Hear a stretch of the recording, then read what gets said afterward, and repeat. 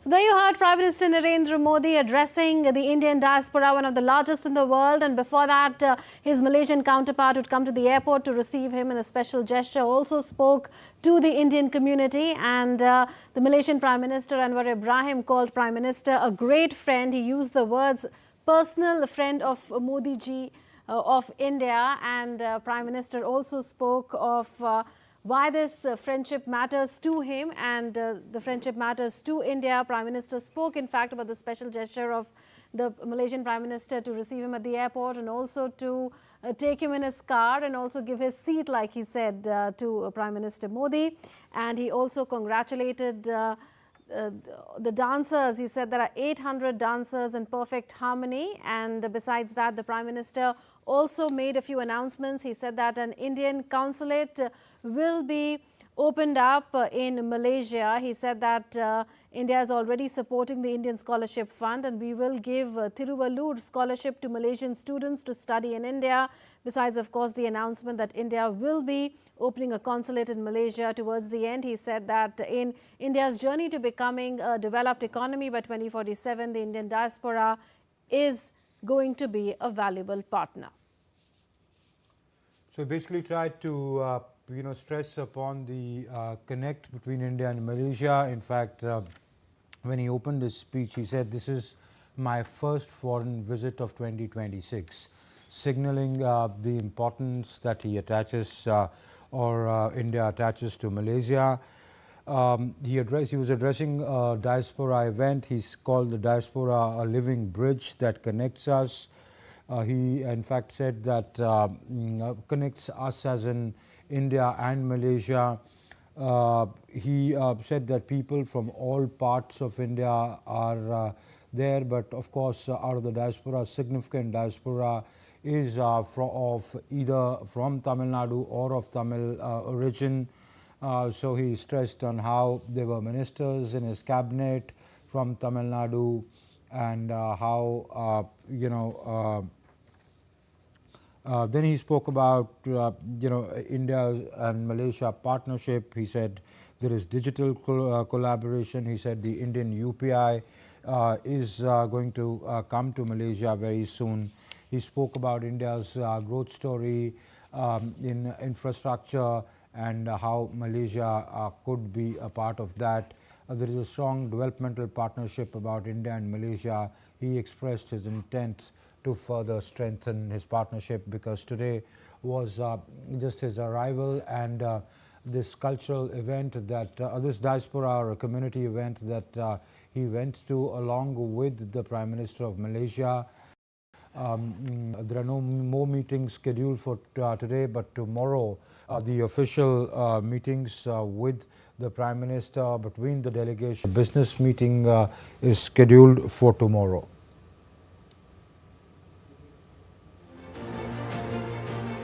We are here to support Modi ji. We love Modi ji. यहाँ पिछले 1-1.5 घंटे से हम खड़े हैं सिर्फ आपसे मिलने के लिए। आपका बहुत बहुत स्वागत है। आपसे मिलने की बहुत चाहत है।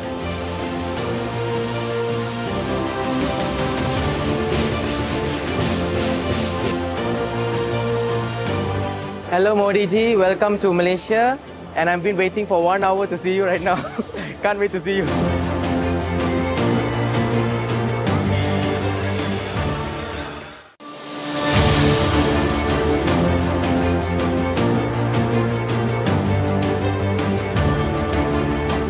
Yeah, I would like to welcome Narendra Modi ji to Malaysia. I love Modi. We are here to support Modi ji. We love Modi ji. यहाँ पिछले 1-1.5 घंटे से हम खड़े हैं सिर्फ आपसे मिलने के लिए। आपका बहुत बहुत स्वागत है। आपसे मिलने की बहुत चाहत है।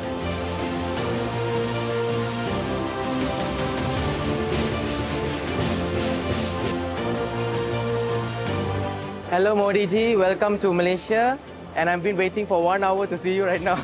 Can't wait to see you.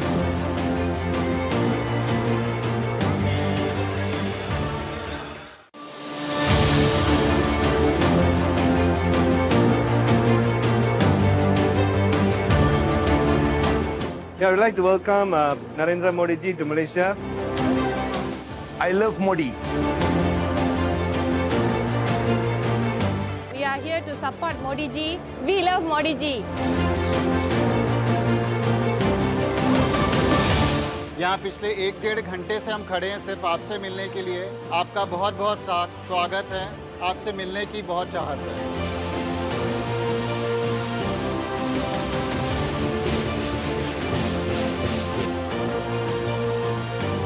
Hello Modi ji, welcome to Malaysia. And I've been waiting for 1 hour to see you right now. Can't wait to see you.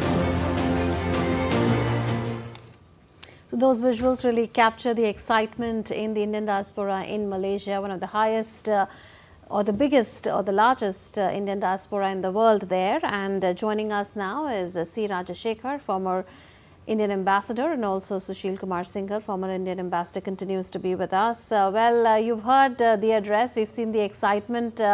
Mr. Rajashekhar, coming to you, the Prime Minister said that the guiding word for this partnership is impact, which is India-Malaysia partnership for advancing collective transformation.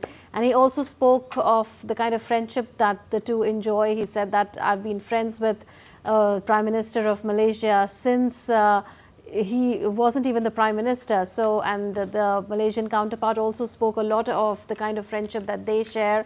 We've seen a photo also of the two in the same car after the Malaysian Prime Minister came to the airport to receive him. What is the sense that you are getting as far as the importance of this visit and the signaling from this visit is concerned? Thank you very much. The visit takes place over the weekend, Saturday, Sunday. That also important that regardless of working days or weekends, here is the government working ceaselessly, tirelessly to promote. Also, this comes in the context of India's Act East policy that we would like to strengthen our partnership collaboration with our neighbors. East Asia, Southeast Asia forms a very important region. And also in the context of the Trumpian tariff measures, the world trade and investment has been witnessing upheaval. So it's very important for both India and Malaysia to renew their relations and also diversify our trade and investment relationships. In that context, it's very appropriate that Prime Minister is paying his third visit in the last 11 years, 2015 to 2018, and now third visit happening. Also, Malaysia hosts our second largest diaspora, 2.9 million people, constituting about 7% of Malaysia's population. It forms a living bridge, a great opportunity for us to whip up and promote soft power and goodwill and friendly feeling towards India. So availing all these things, Prime Minister is paying this visit, which is aimed at strengthening and deepening all-round relations spanning security, defense, trade, investment, and people-to-people cooperation and exchanges. It's important that in the recent past, both governments have allowed visa-free visits. We can visit Malaysia. Very few countries allow visa-free visits to India, considering that we are the largest population in the whole wide world.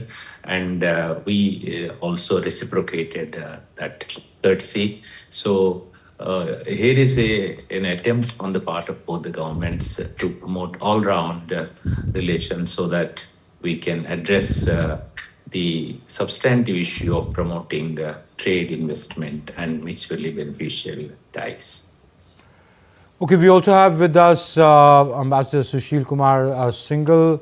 Ambassador Singhal, the Prime Minister, after arriving at the airport, drove straight to that community event, and it wasn't like a small community event or a few members of the diaspora that sometimes he meets at his hotel. Or this was a huge convention center, elaborative dance performances. Then he spoke, he called them a living bridge. Of course, it's one of the largest diasporas, Indian diasporas anywhere in the world. why is the diaspora so important? What sort of a role does it play in strengthening or cementing the India-Malay ties?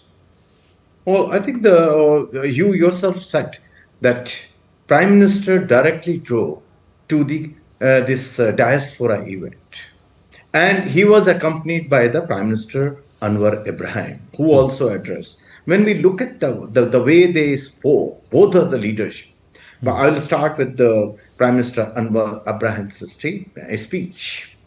He acknowledged the contribution which is being made by the Indian community in the development of Malaysia, right from beginning, that how Malaysia has benefited from Indian diaspora, and also the kind of role they are playing. Similarly, Prime Minister Modi, he also acknowledged the role of the Indian diaspora. As I said earlier, there, you also mentioned that there are 2.9 million, which is second largest Indian diaspora abroad. And they are contributing. Of course, they are Malaysians now as citizens, but their ties with India, despite the long gap, of they came, fifth generation, sixth generation, or seventh generation, but still their love for India and their ties with India still remain strong. That way, the wonderful dance performance, I think is an example how they are keeping the Indian culture to their heart and how they are depicting it. And as the Prime Minister Modi, he mentioned in his speech that the food which is become part of it's become a national food of Malaysia. The Indian food, Indian dishes have become part. So they become so well integrated with the Malaysian society that there's very difficult to distinguish between the two. So that is the strength. And that is why we say that, they are the third pillar of the Indian-Malaysian relationship.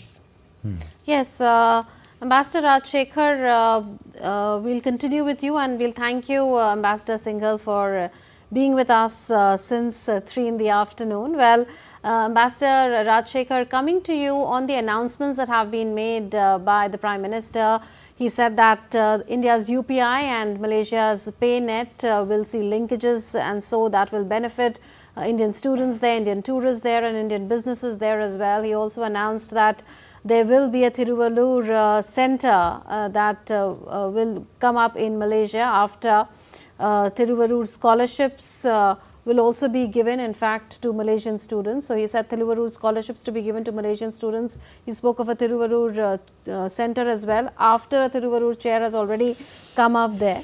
Besides that, OCI cards have been extended already to Malaysian citizens of Indian origin up to the 6th generation, like the earlier ambassador had mentioned. So much focus really on academic exchanges, particularly between India and Malaysia, and focus on Tamil as a whole. So how do you look at these aspects in the people-to-people ties?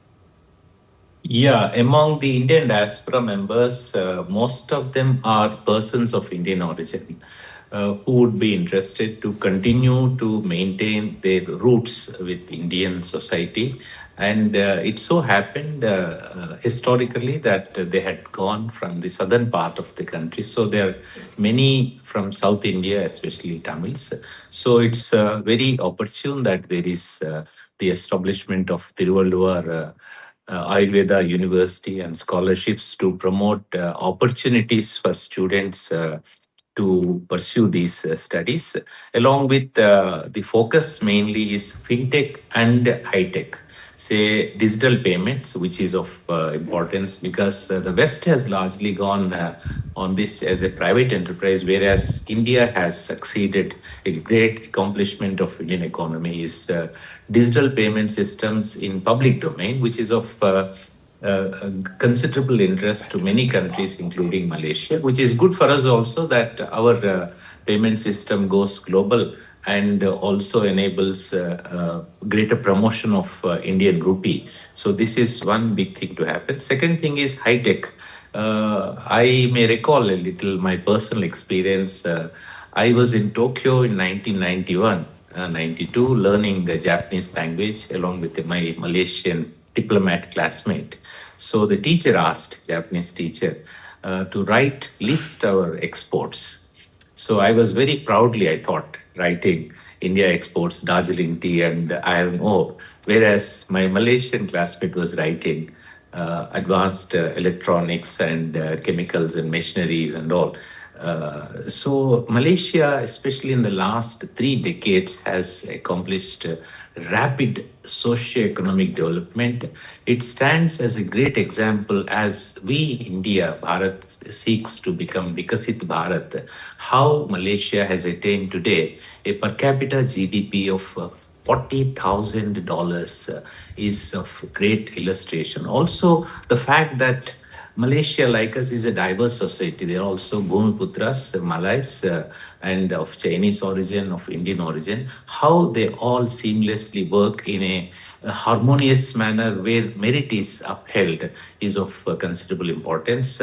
So we need to work closely to replicate those examples. So our effort during this visit is to foster greater economic collaboration to promote fabrication, assembly of semiconductors as we seek to upgrade. Already we're emerging as a major exporter of electronics. Last year, I think 2025 calendar year, we promoted $47 billion of electronics, as Honorable Prime Minister was mentioning, second largest exporter of cell phones. So we would like to continue these accomplishments. So it would be very opportune to collaborate with Malaysia, who have been ahead of the curve, ahead in this matter. Also, we would like to pursue some defense tie-ups in the form of Dornier aircraft, if they would like to collaborate, and naval platforms, and some Scorpion submarine systems. So these are the major focus areas as Prime Minister pursues his 2-day trip to Malaysia. Ambassador Rajashekhar, if we look at the volume of bilateral trade, it's very minimal, just about $20 billion. Even within the ASEAN grouping, I think they come third. They are the third largest trading partner within the ASEAN bloc. As compared, if you compare it with the rest of the world, the figure is very small. If they are advanced in electronics, if there is a scope, what are the bottlenecks that this trade hasn't really grown to where the relationship has a potential to grow to? We need to pursue this both as economic and also a little political. There were certain irritants between the two countries about Malaysia's, at the time of Prime Minister Mahathir Mohamad, that Malaysia was seen to be supportive of Pakistan, Kashmir, and our Citizenship Amendment Act. They were critical. So they were, boycott of Malaysian palm oil, and also restrictions imposed by the government of India on Malaysian imports. So that, thanks to the last 2 years, our efforts. Okay. Thanks to our efforts in the recent past, we have been able to overcome those irritants. And now we see that our partnership has been promoted in August 2024 to comprehensive strategic partnership. That means the vision of both the governments is to promote all-round cooperation. That is one aspect. The second aspect is that economic, that we would like to see where all there is room to both increase the breadth and also the extent, depth of our economic collaboration. That's where we're exploring now to see how we can collaborate in higher value economic goods and services like electronics and defense equipment, to see how we can add heft to our already $20 billion two-way trade. Plus, we can also collaborate by upgrading India-ASEAN trade agreement to make it regional, in meaning, trilateral and regional, that together we can enter into joint ventures to service third country markets and other regions also. So that's the effort. We would like to move up the economic ladder to qualitatively improve economic partnership. Okay. Ambassador Rajshekhar, please stay on. We are also joined on the show by Professor Rahul Mishra from the School of International Studies at the Jawaharlal Nehru University. Thank you, Professor Mishra, for being on the show. We have C. Rajshekhar, former senior diplomat, with us.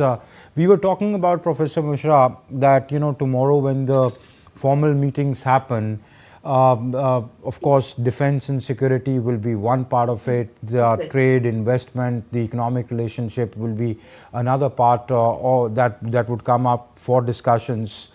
I'd asked Ambassador Rajshekhar that why is it that the two countries haven't been able to achieve the trade potential they have, just about $20 billion of trade. So he was answering that. If I can just ask you, as a market, as the Prime Minister said that we export cell phones, electronics, but as a market in these particular products, can we beat the cost advantage that China has? Well, for India, so there are two questions, as I understand from what you said. First part is that the potential that India-Malaysia trade relations have.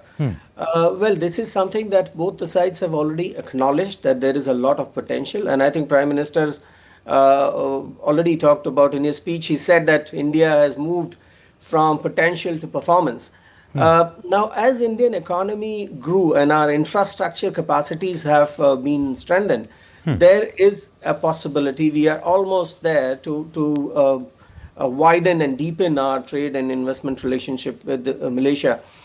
So potential is huge now with India's semiconductor mission, India's green energy and energy diversification efforts. I think Malaysia can be a very good partner. Prime Minister Anwar Ibrahim mentioned of pharmaceuticals and palm oil and traditional sectors of cooperation, and transcending that, moving beyond those sectors and focus on semiconductors, artificial intelligence, digital partnership. And he mentioned 4 areas: digital cooperation, trade, education, and culture.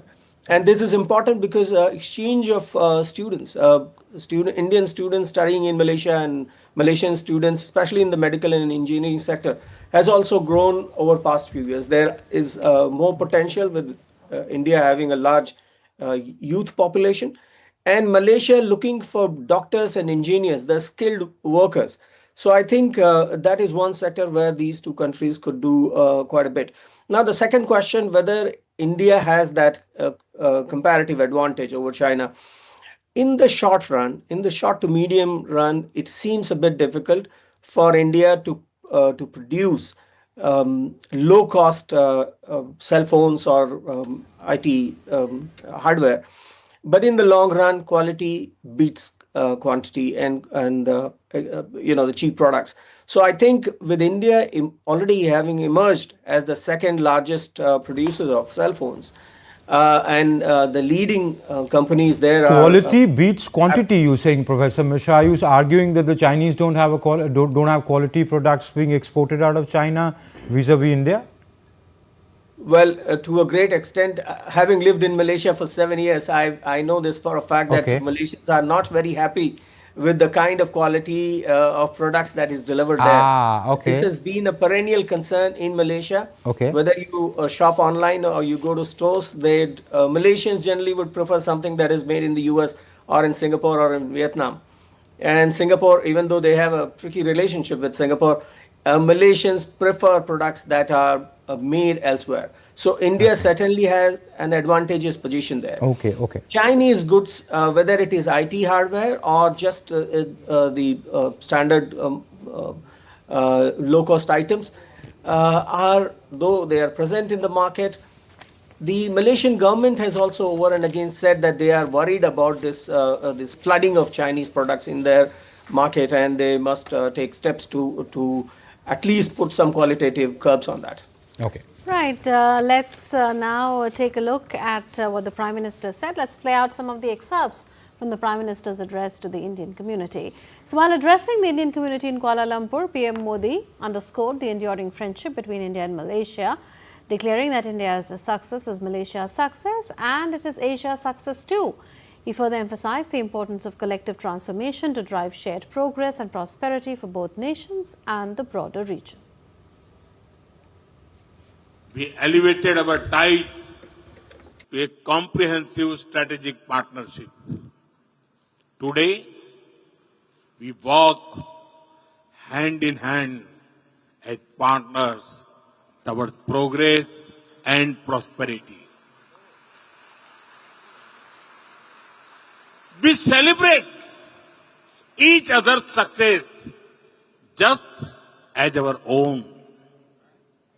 I was touched by Prime Minister Anwar Ibrahim's good wishes on the historic success of Chandrayaan-3.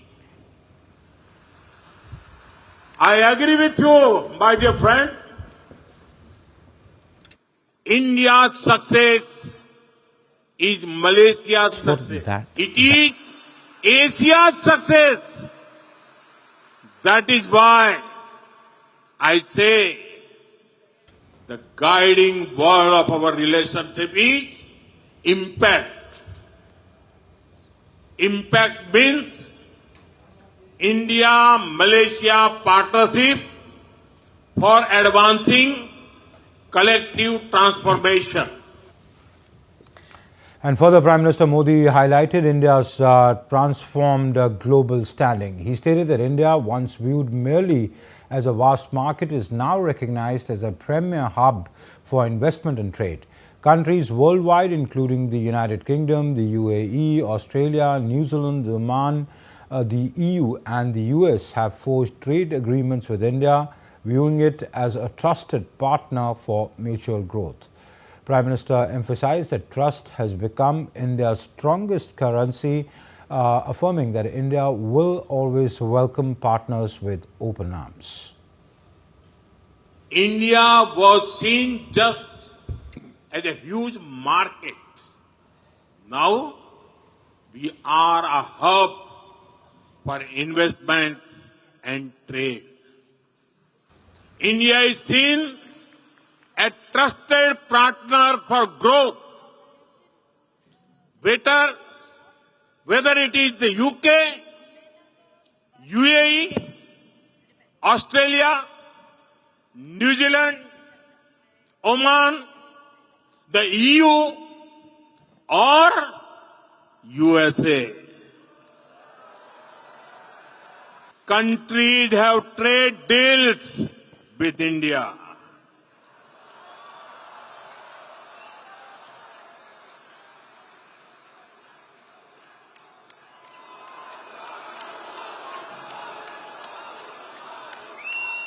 Trust has become India's strongest currency.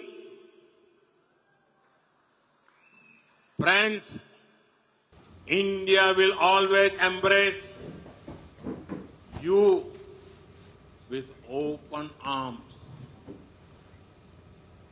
And Prime Minister Narendra Modi also lauded the timeless legacy of Tamil heritage during his address in Malaysia. He described Tamil as India's precious gift to humanity, its literature as everlasting and its culture as universally embraced. He proudly noted the establishment of the Thiruvallur chair at the University of Malaya, honouring centuries of enriching contributions by the Tamil diaspora to the Malaysian society. Tamil is India's gift to the world.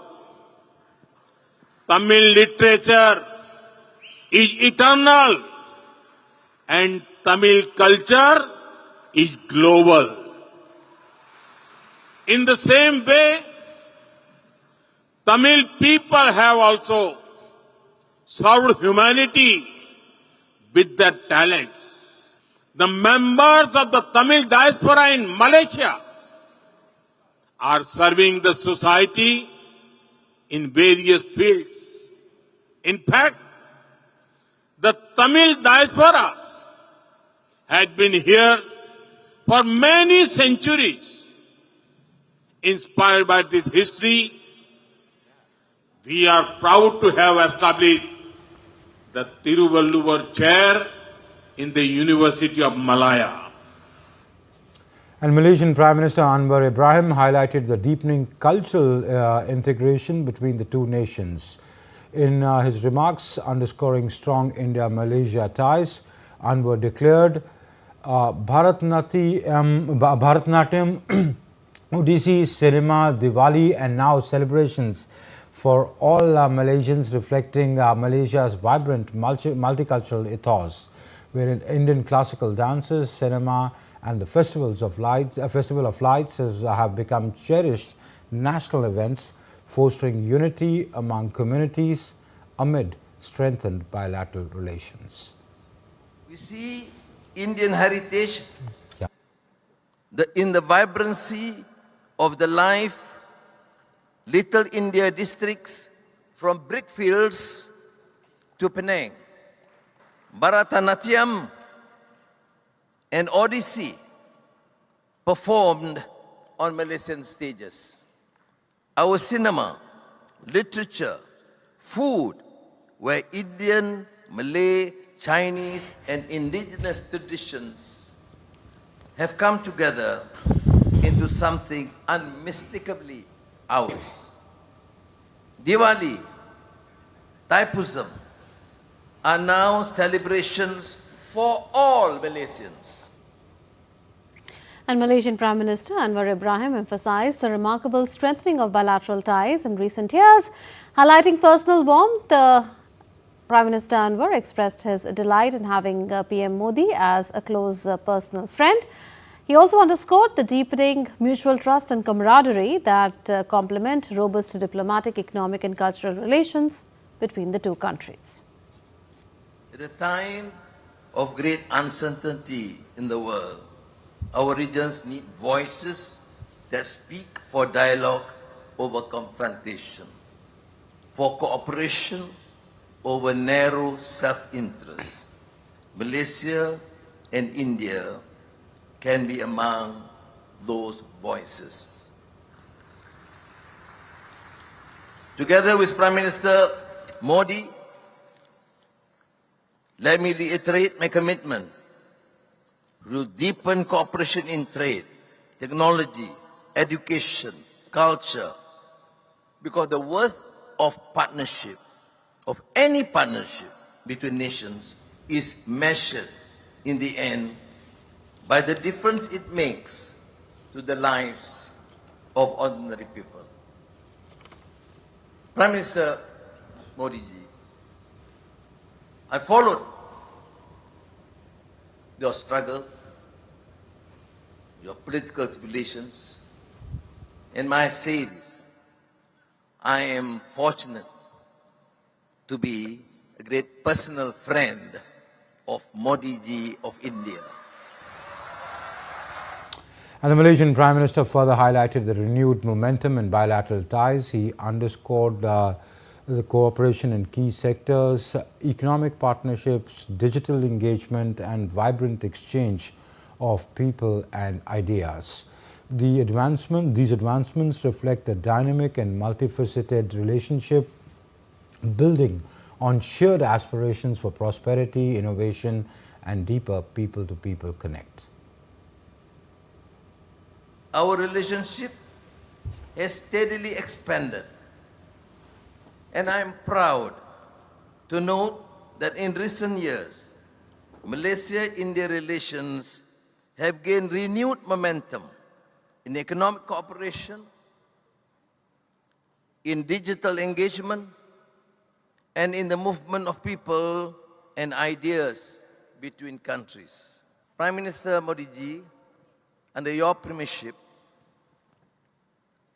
our bond of friendship, both of us as brothers and our two nations, have grown much stronger.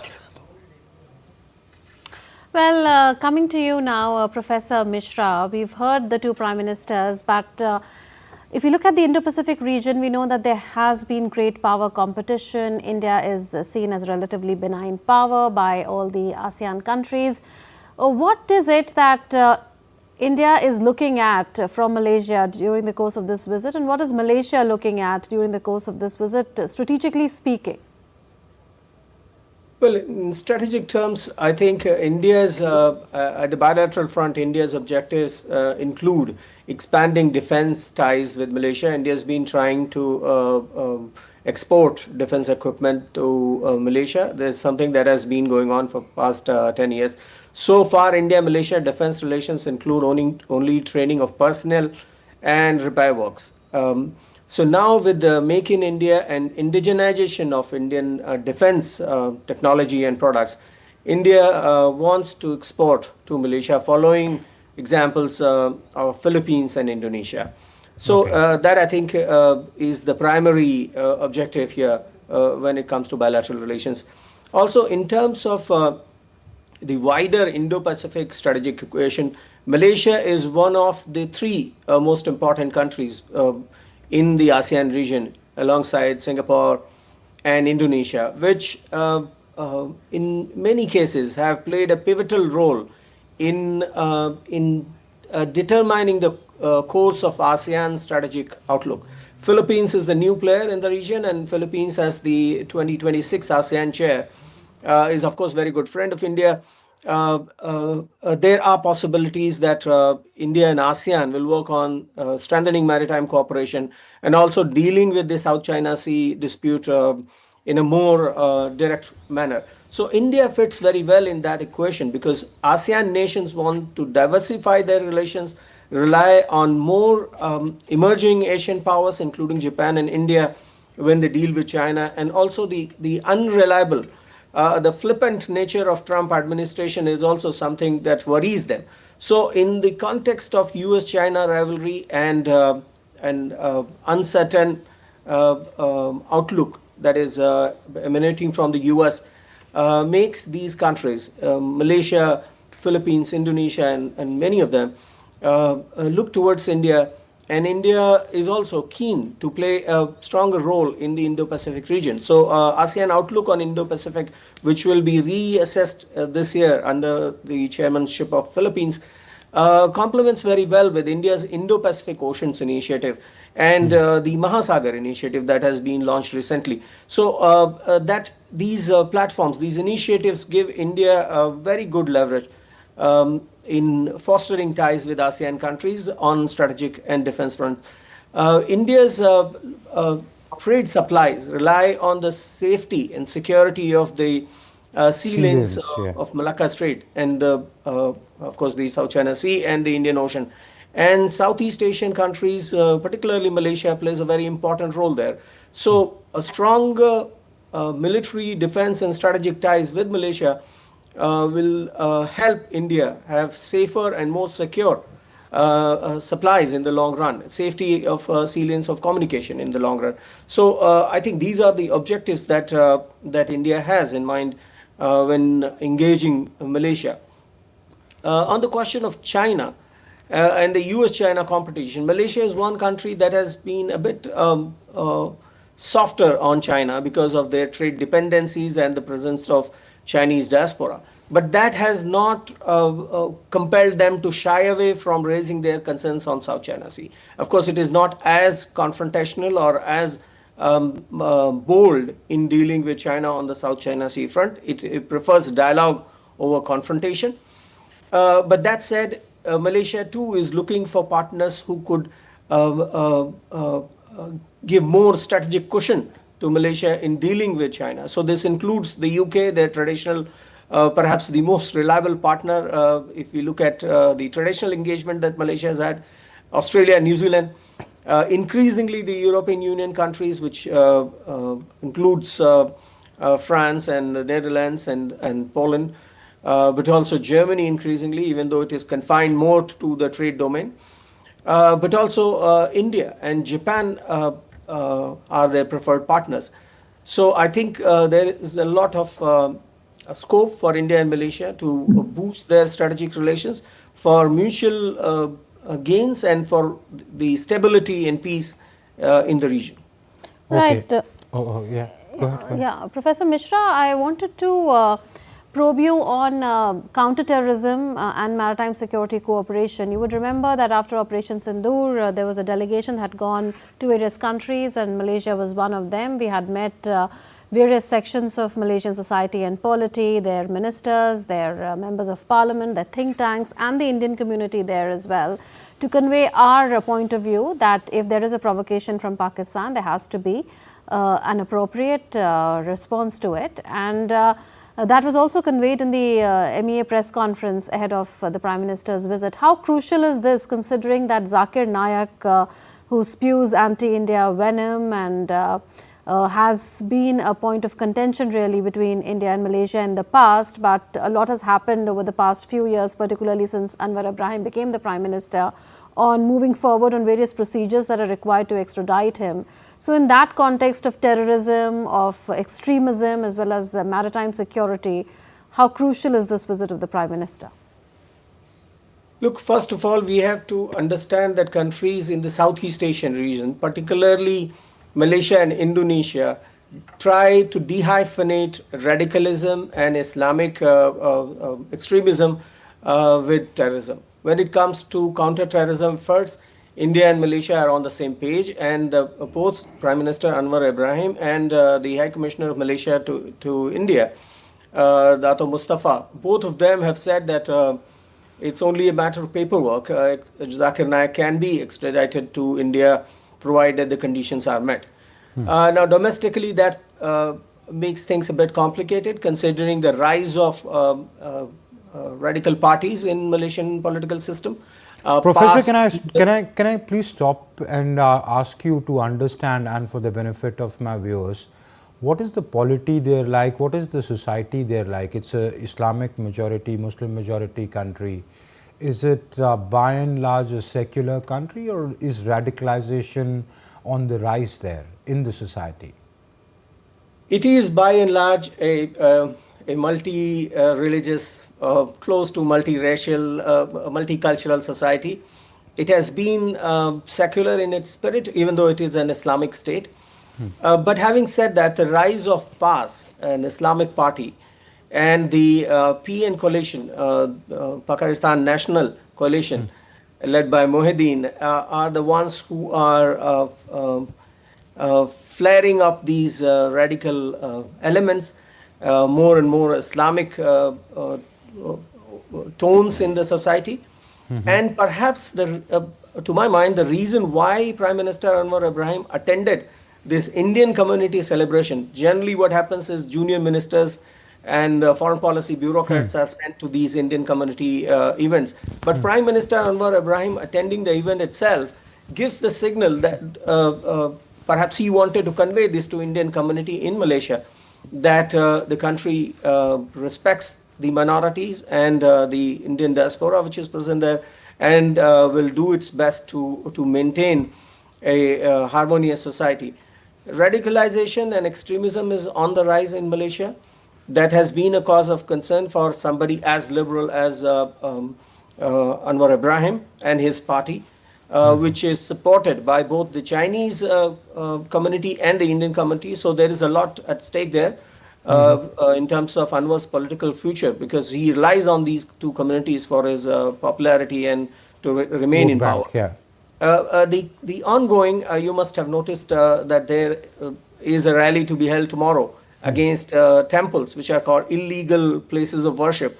A very minute, a small-time leader and a minuscule minority of Malaysian society is raising these questions, trying to create divisions. But I think the government is quite determined that they will crush these protests down, and they will not let anything of this sort happen. So I think Malaysia as a country is very clear that it is secular, it is multiracial and multicultural, even though there are elements that that are increasingly supporting extremism, which oftentimes is also fueled by Zakir Naik's very venomous statements, as I think Munmun mentioned earlier.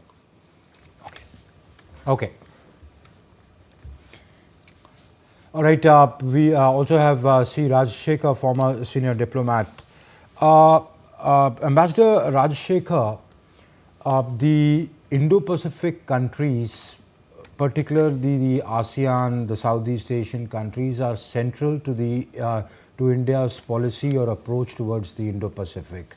It's one part of it is, yes, the security dimension, securing the sea lanes that pass through it, see that one particular country does not have undue domination over it. But the other part is also capacity building of the countries of the Indo-Pacific. In this context, where does the developmental partnership between India and Malaysia lie, and could that also be a point of discussion between the two sides tomorrow? Certainly. Say it is in neither country's interest, in fact, no country's interest in the region, that one single country dominates to the detriment of others and also has the ability to obstruct the free flow of mercantile navigational flows. So this is a common interest, but how we approach between Malaysia, India, or other countries in Southeast Asia like Indonesia, the Philippines, there may be certain nuanced differences. That's where we need to closely work with its governments and also civil societies and think tanks, that we are all on the same page. There is no doubt that Malaysia is equally interested to see that its own strategic autonomy, dehyphenation, room for maneuvering is enhanced by promoting diversification, closer partnerships and collaborations with other countries besides China, like India, Japan, Commonwealth countries like Australia, New Zealand, and other Southeast Asian countries, Europe, and others. So in that context is that they have elevated our collaboration to comprehensive strategic partnership in 2024 August. Okay. Right. Looking at diversification of trade, Ambassador Rajshekhar, we know of how India and Malaysia are now reviewing a comprehensive economic partnership agreement that they had reached earlier. Then there is a similar agreement between India and ASEAN, which is again being reviewed, and besides that there is diversification of trade happening. So what do you think would be India's priorities as it negotiates another FTA in a sense with ASEAN as well as another FTA with Malaysia? If you could put it in simple terms. Yes, our priorities are to see, to learn from Malaysia's rapid and steady economic growth in the recent 2-3 decades. So our focus, one is fintech, two is high tech, and third one is electronic and defense security collaboration. So in this context, a CEO forum from both countries, 10th of its kind, 10th version of CEO's Chief Executive Officers of business houses will be convened. In fact, we have about 200 Indian major companies present in Malaysia, and 3 of them are public sector undertakings. In fact, the National Aeronautics, Hindustan Aeronautics Limited, HAL, has opened a regional office there. We would like to see that as India's exports in defense production and also electronics are increasing, to have greater collaboration between the two countries, availing Malaysia's advances in semiconductors and higher-end electronics by working together in research development, fabrication, and assembly. We can expect some memoranda of understanding and agreements to be signed during the visit tomorrow. Okay. I request both you gentlemen, Professor Rahul Mishra and Ambassador C. Rajshekhar, to stay on. Let's first talk about the tourism potential between the two countries. India and Malaysia are strengthening their people-to-people ties, with tourism emerging as a major bridge between the two nations. With easier travel, cultural connections, and growing interest from Indian travelers, Malaysia is fast becoming one of the most preferred international destinations. From the iconic Petronas Twin Towers to the pristine beaches of Langkawi, Malaysia offers a vibrant mix of modern city life, natural beauty, and rich cultural heritage. Indian tourists are increasingly drawn to the country for its affordability, diverse cuisine, and short travel time. India and Malaysia is a very high priority for both the governments. Keeping this in mind, the government of Malaysia has allowed Indian nationals to have a visa on arrival or a visa-free travel to Malaysia, starting with December of 2024. Now we are into the second year of operation. And on the other hand, Government of India has given the Malaysian citizens what we call e-visas, number one, in all sectors except, as you know, employment and students. But and secondly, e-tourism visa is gratis for Malaysian nationals. Strong historical and cultural links, including a large Indian diaspora in Malaysia, make Indian visitors feel instantly at home. Travel operators report a steady rise in bookings from Indian cities across leisure and business segments. The reason for choosing Malaysia is too safe for the Indians, and that connectivity with Malaysia is good, and the Indian cuisine is available easily, and there are too many Indians in Malaysia, so it's an easy holiday destination for us, and hope it continues like this. Over here we have come with a group of around 110 packs, 110 or 115. They have a conference out here. It's a good place. We have been to Genting Island yesterday, and it was great. And now today we took them to the Batu Caves, and now for the lunch. It's going great. Yeah. A good place. Improved air connectivity, simplified visa processes, and targeted tourism campaigns have further boosted travel between the two countries. As India's outbound travel continues to grow, Malaysia is positioning itself as a welcoming, accessible, and a very culturally rich location tourism destination. With tourism ties deepening, we will definitely be able to see that this cooperation, both the countries have a lot to gain from. With camera person Jagmohan, this is Meghna Dev for DD India from Kuala Lumpur, Malaysia. Also, IIT Madras Global recently entered into a strategic collaboration with Malaysia's Advanced Semiconductor Academy, positioning Indian talent, research and startups for global expansion.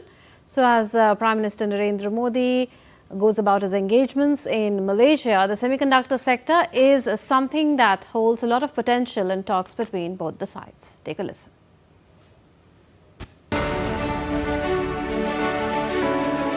India's semiconductor ecosystem is gaining global momentum.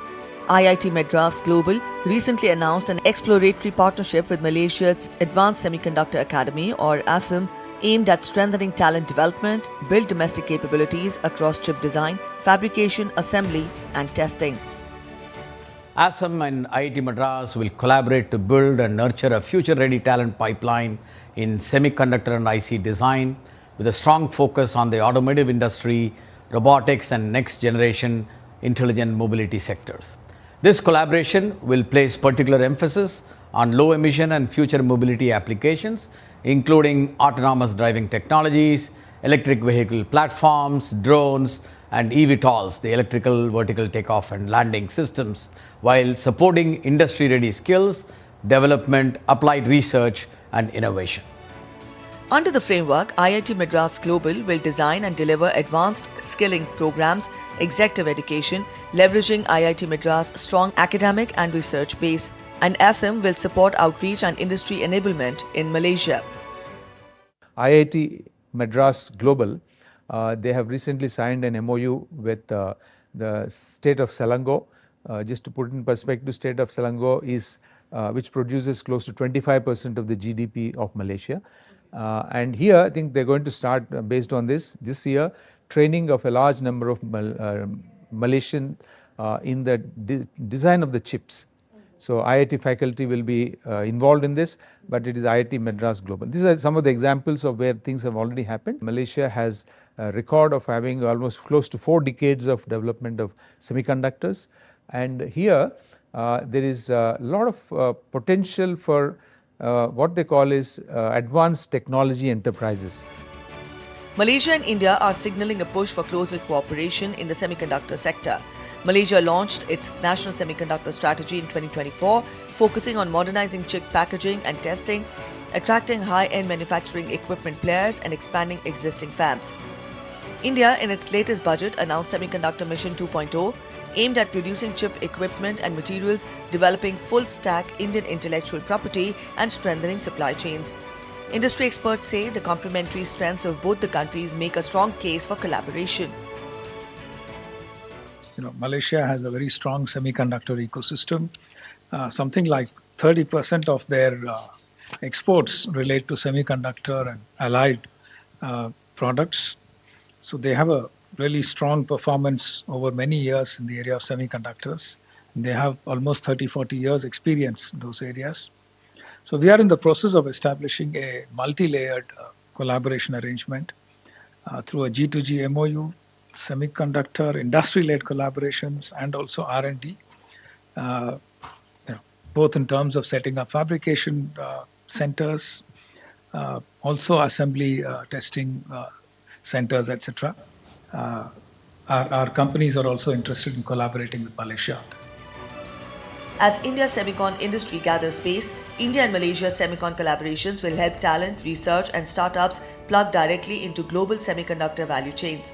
Meghna Dev reporting from Kuala Lumpur for DD India. We have with us Ambassador C. Rajashekhar. He's a former senior diplomat, and Professor Rahul Mishra from SIS in JNU, or School of International Studies in JNU.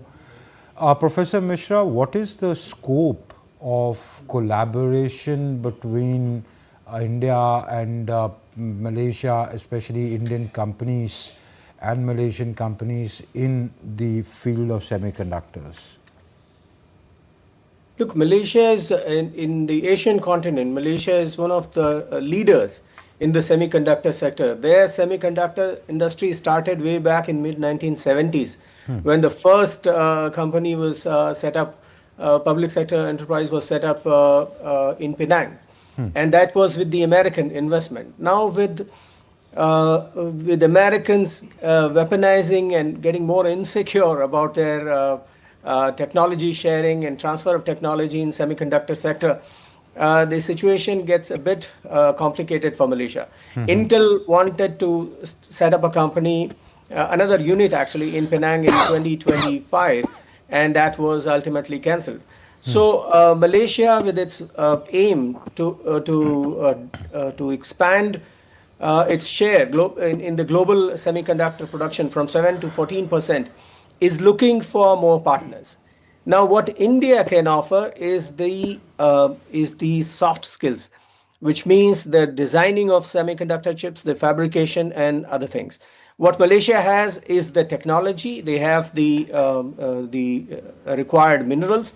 They, of course, get some of these minerals from outside, but mostly their own industrial production.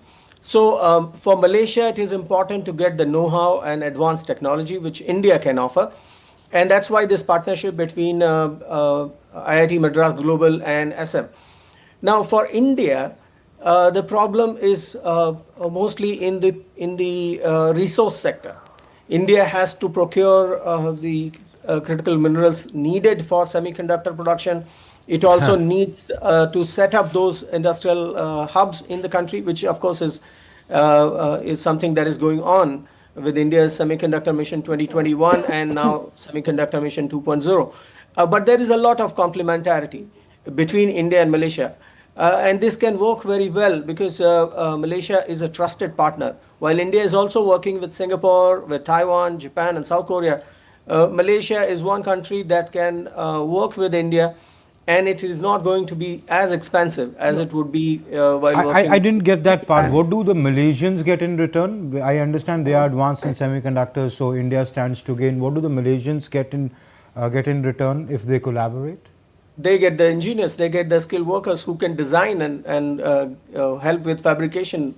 So there are several stages, right? They need cutting-edge technology to design the latest versions of semiconductor chips, and Indian engineers those who are from IT and IIT Madras, maybe other IITs also, our engineers are our biggest assets in semiconductor sector. Okay.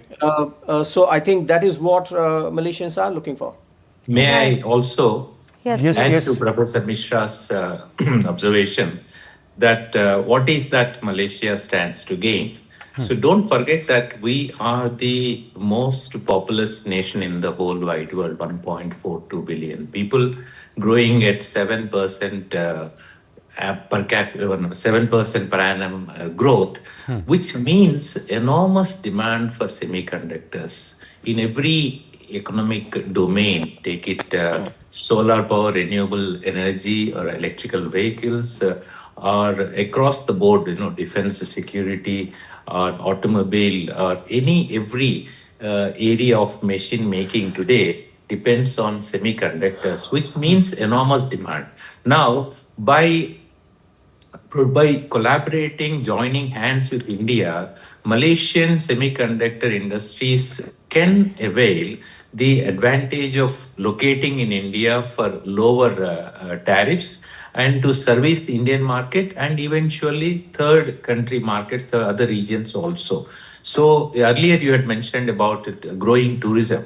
It's very instructive to see that Malaysia, despite the not so warm and positive political backdrop back in 2024 December, had taken the initiative to make it easy visa for India, which actually is the most populous country. If you observe, most countries' visa policy is very simple: to stop the people of two countries from visiting. Because China and India, if only 1% of these country nationals visit, small countries will be swamped, simply, overwhelmed.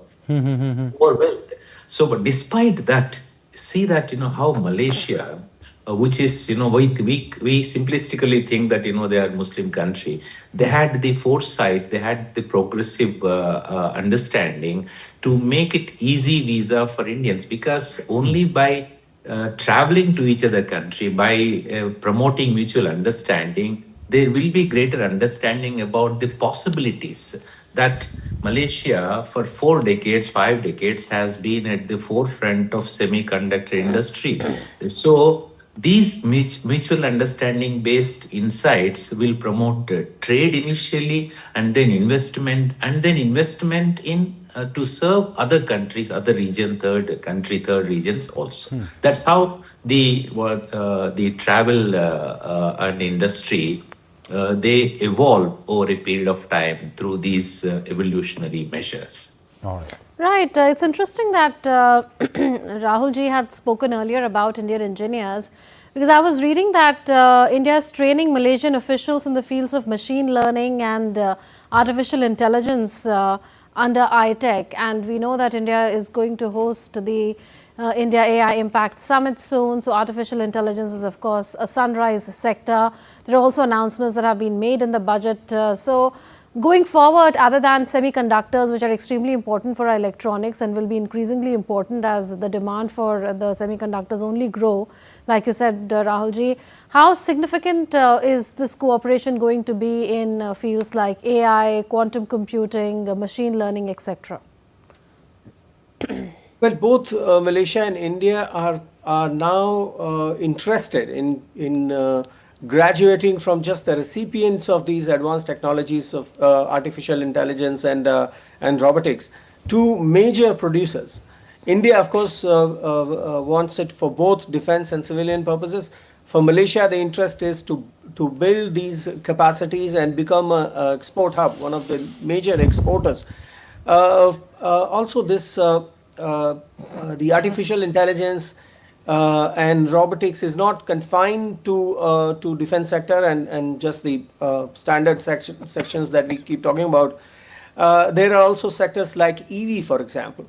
In India, we are yet to have the EV vehicles which are indigenously produced. So India and Malaysia could work together. I think that is one area where these two countries are very much interested in working together and join hands. Professor Mishra, you said we do in India we do not have indigenously produced EV vehicles. EVs? Well, I don't know if we have one. I think Tata and Mahindra both are producing EVs in India. Mahindra uses the Chinese technology, so so it's still not indigenously produced. Okay. We have relied on Vietnam and China for producing our EV. The batteries, you mean? Yes. Okay. So so what I'm saying is we are still dependent on China and Vietnam, and China has been acting very difficult in transferring the know-how and the technology. So I think moving forward, if India can build 100% make in India technology with and cars with the support of Malaysia, I think that would be a great plus for India, while also addressing our climate change concerns and meeting our climate targets.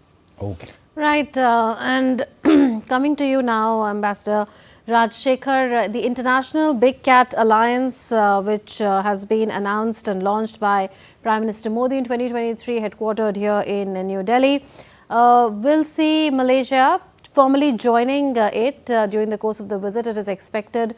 How important are areas like disaster management, conservation, etc., for a littoral state like Malaysia?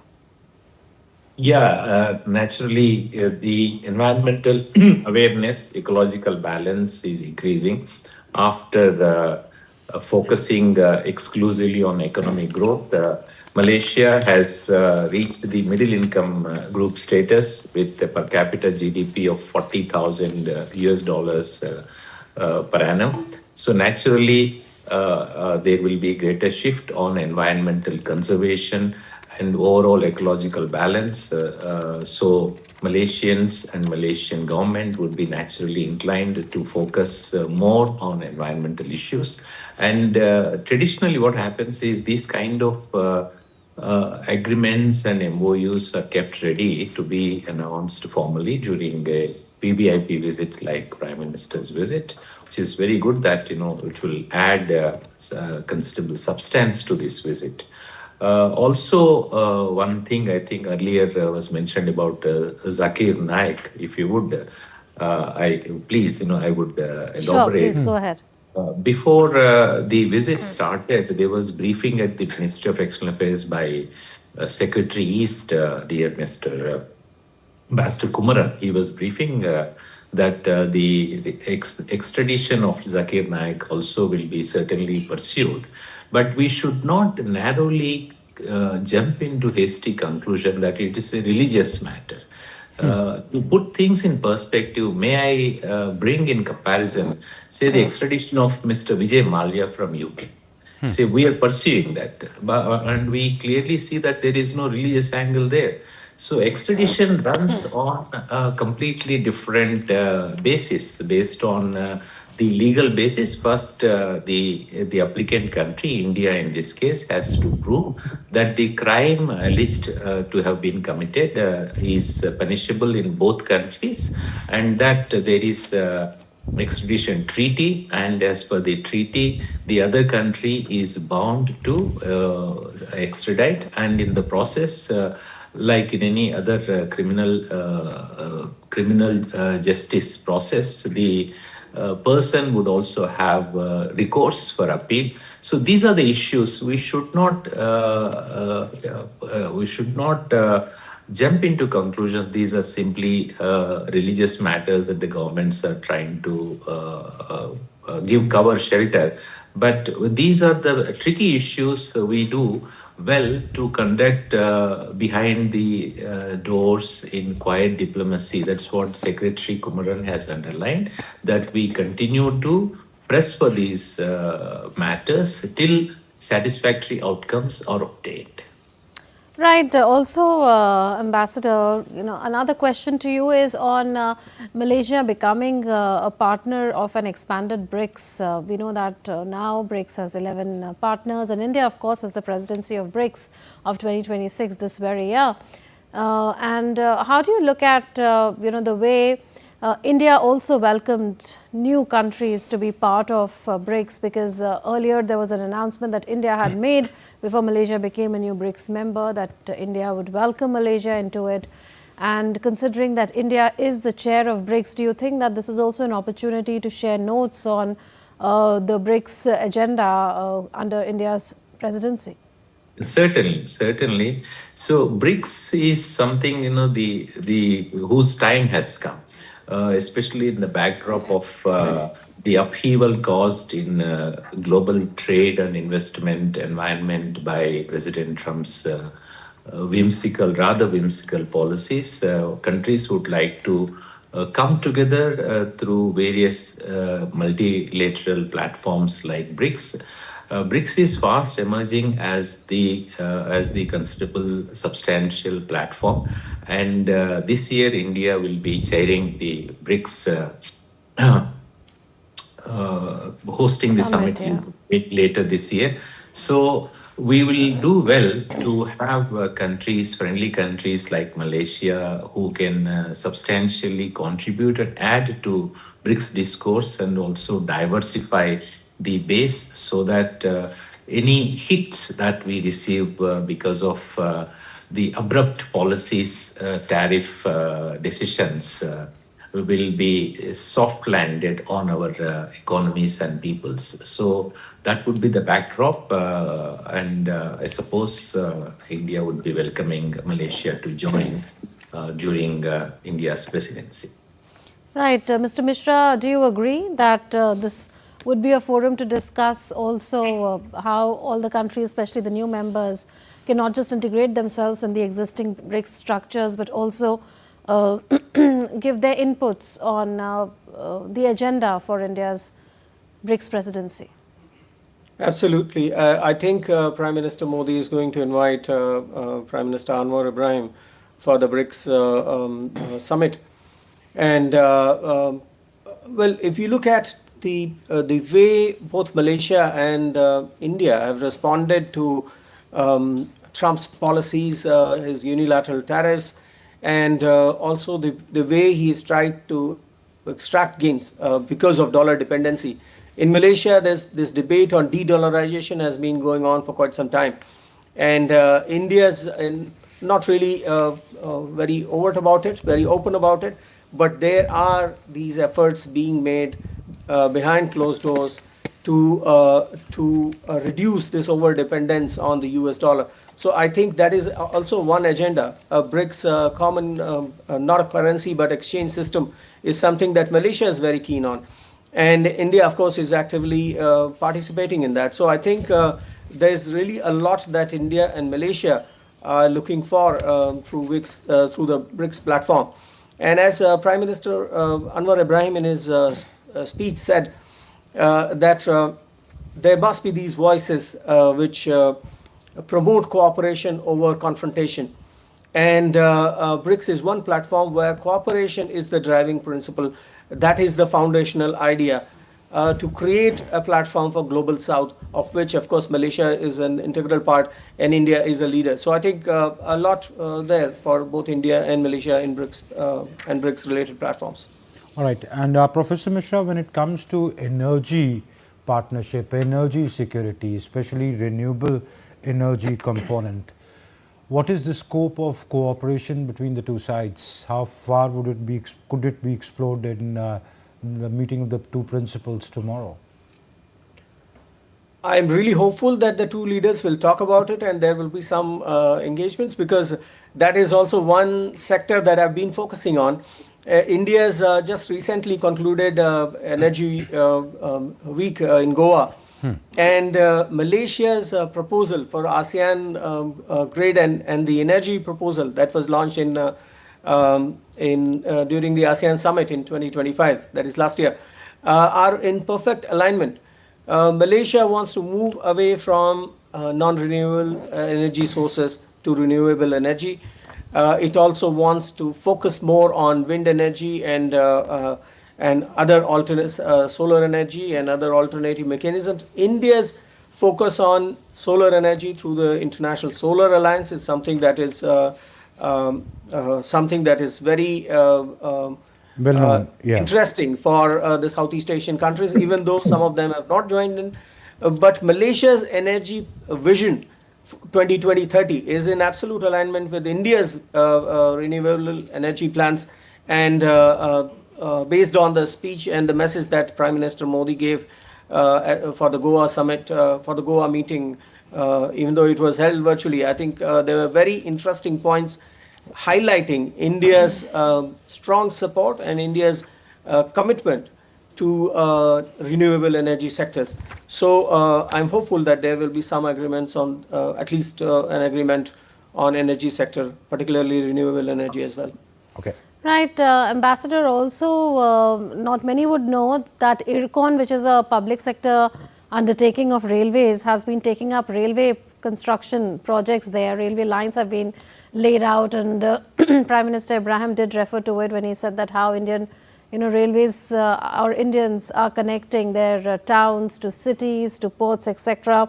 So, so far, if we see, then IRCON had started its operations in Malaysia in 1988, and so far it's commissioned 15 projects involving 580 kilometers of track rehabilitation and about 300 kilometers of new lines.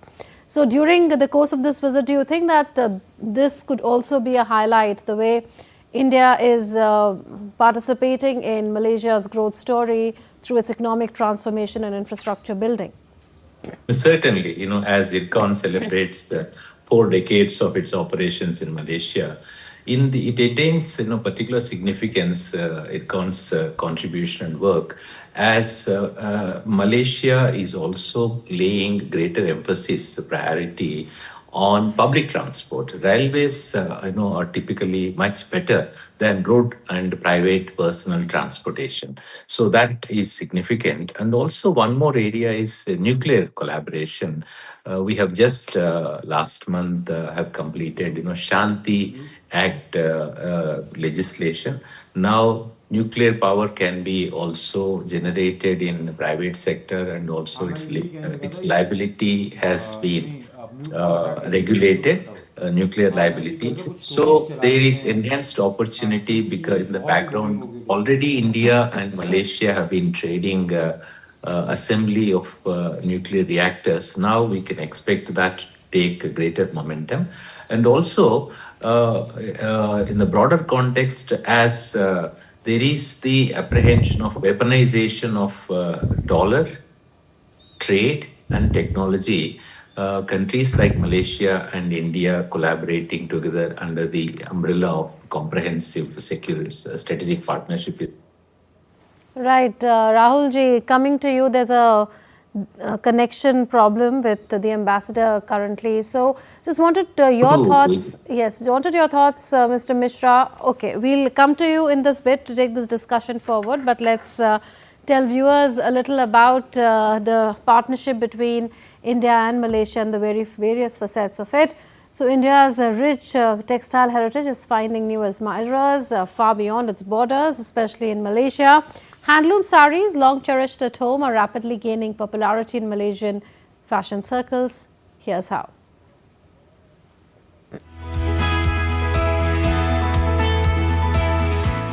From traditional silk to vibrant cotton weaves, handloom saris are weaving their way into the hearts and wardrobes of fashion-savvy Malaysians.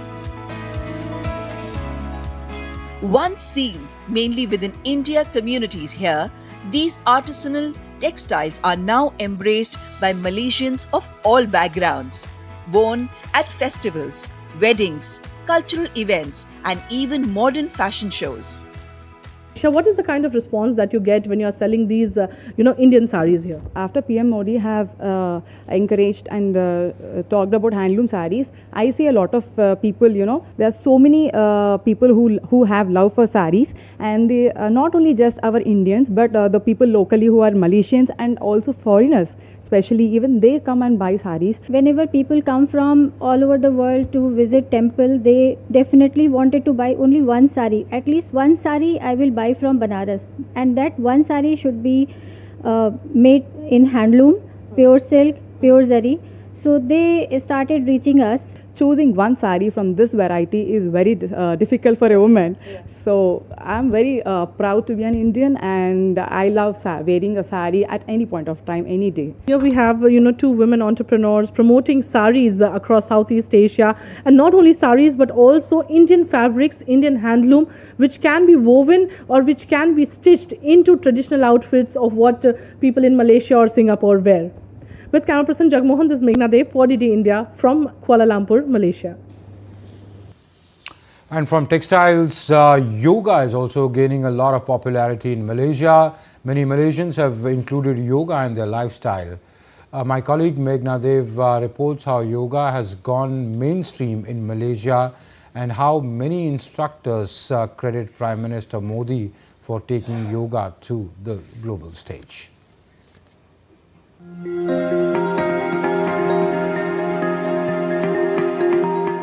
Yoga studios are springing up across Malaysia's cities and suburbs. Many people are practicing yoga in search of balance, fitness, and peace of mind. Not only this, many have started gaining interest in it after COVID. Everybody has embraced yoga more in terms of enriching themselves in mental health, dealing with stress. For me personally, it has enriched my life. Really connecting to inner states. And I think that is the biggest appeal, because, the body is temporary, but you're going inwards and you're connecting to yourself and essence. And I think our yoga that we teach here does that. It helps people connect to their essence. Instructors say interest in yoga has surged over the past decade, especially after yoga gained international visibility through global campaigns and events.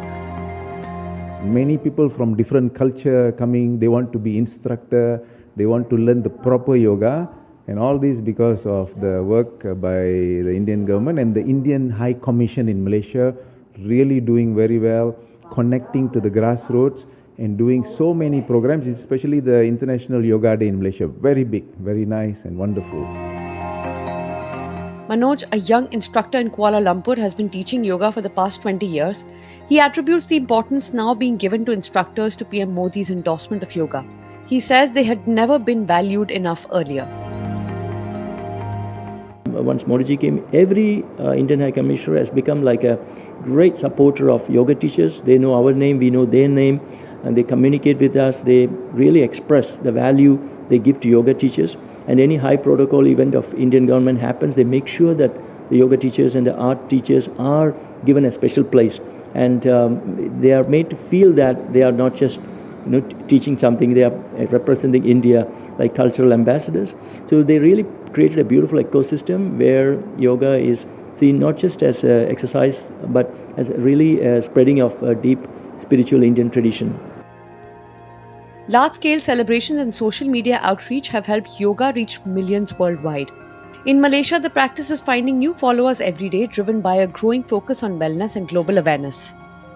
Yoga was once a lesser known niche activity that was being carried out in Malaysia. But now so many Malaysians are rolling out their mats at schools, at community events and different places and such yoga studios, and embracing yoga not just for physical but also for mental well-being. What we see here is that people are embracing, reflecting this ancient practice as a wellness substitute, and also they carry out this activity to ensure that this is a part of their modern lifestyle. With camera person Vinay, this is Meghna Dev for DD India from Malaysia. Meghna doing really good stories there. Professor Mishra, how far do the soft power, how far does the soft power go in, projecting yourself in that country, yoga, your saris, festivals, dances, food, cinema? I think when it comes to soft power, India doesn't really have to do much. It's a natural place for Indians in Malaysia.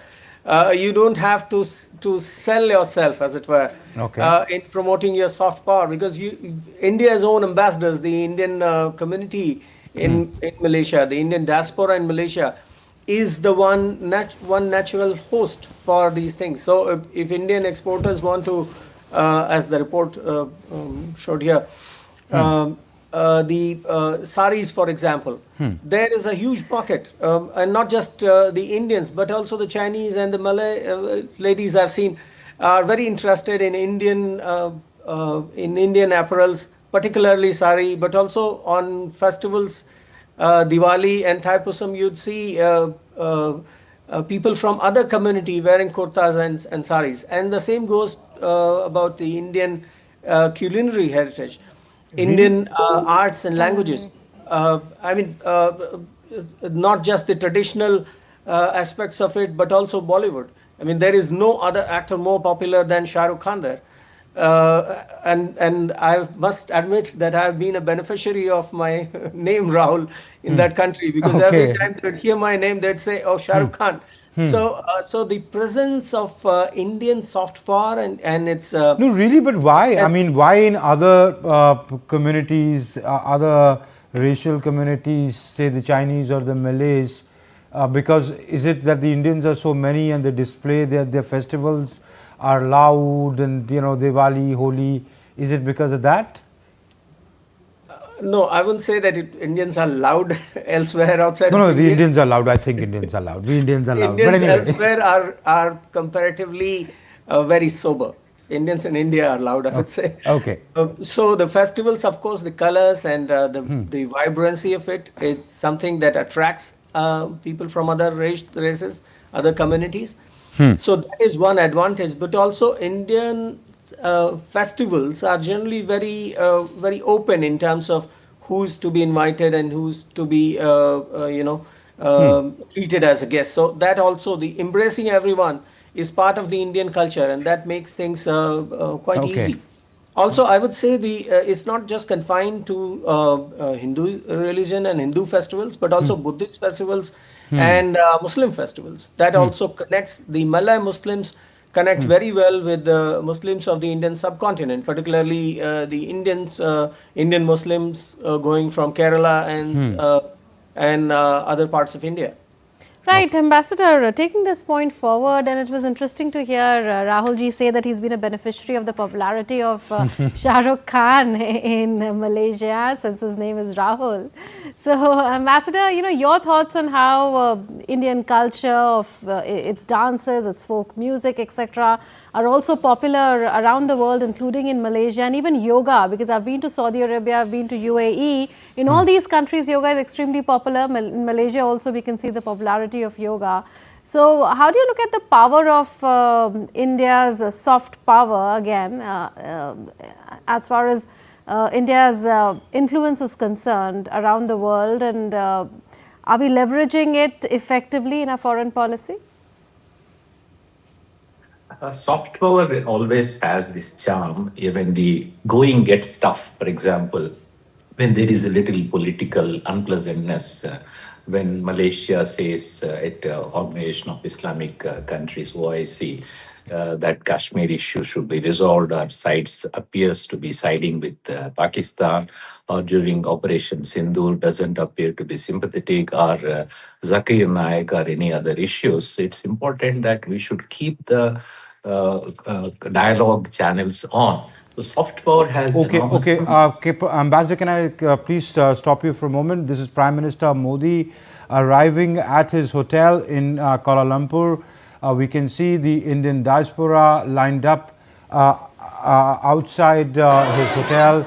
As always, wherever the Prime Minister travels, they are excited to take his signatures. They make placards for him. They want to get clicked with him, just to shake hands with him. So we see similar visuals playing outside the Prime Minister's hotel, where the Prime Minister is going to stay put for the night, though he participated in a community event in that convention center, I think Mines Exhibition and Convention Center of Kuala Lumpur, where the diaspora had turned out in large numbers. But this is outside his hotel, or at his hotel, doing small little performances, singing for him, and just trying to greet him, wave at him, get an autograph, get a picture clicked. So this sort of an excitement we see amongst the diaspora generally wherever he visits.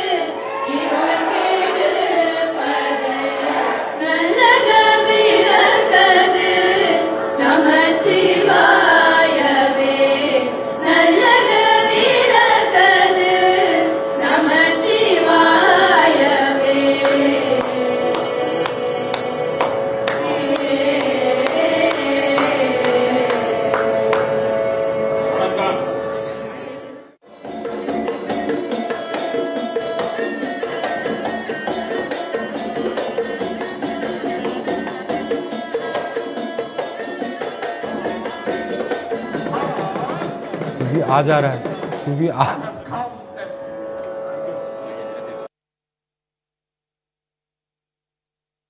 According to Prime Minister Narendra Modi during the first day of his two-day visit to Malaysia, his third so far. It's starting 2015, 2018 and now 2026. We'll thank Ambassador Rajashekhar as well as Mr. Mishra for having joined Professor us. Rahul Mishra, yes. Rahul being his famous name. Of course. Well, that's it for the moment. We'll continue our news coverage here. Joining after a very short break is Gautam Roy. Stay tuned for that. Thank you for watching. Thank you.